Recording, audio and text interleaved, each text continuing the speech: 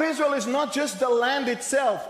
Yes, we think, well, before, in the late 1800s, we thought, okay, our hope is to come back to the land. But it's way beyond it. It's related to the Jews returning to the land, but it's much more than that. And 2,000 years ago, an Orthodox Jew who found the way, the truth, and the life, he tried to explain to his own fellow Jews that the Messiah is the hope of Israel. This man was willing to be in chains, tried, and even die for the sake of this hope.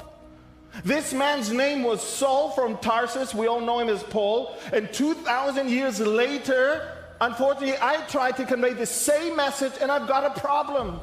I've got a problem because my Messiah was taken and was gentilized, westernized, packed with religious and pagan package, and now serving probably the wills of so many people around the world, but it's so foreign and distant from my own people.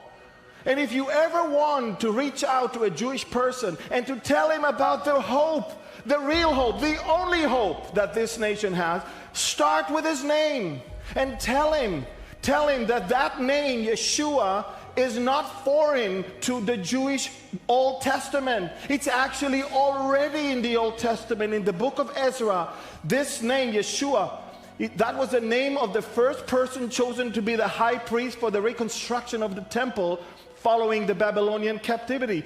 The name Yeshua is not a newly surfaced name by the time we get to the New Testament. They need to understand it's a Jewish name already in their Old Testament. And it's interesting because there is a reason why he was named that way. And the Jew should know about it because it is related to his own language. In Matthew 1:21, you can clearly see in the English, and he will bring forth a son, and she will bring forth a son, and you shall call his name what? Yes, Jesus, because you follow the Greek, Jesus.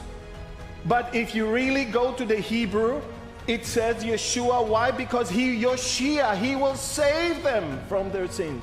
It's the same word, Yeshua, salvation. That is the reason he was named that way.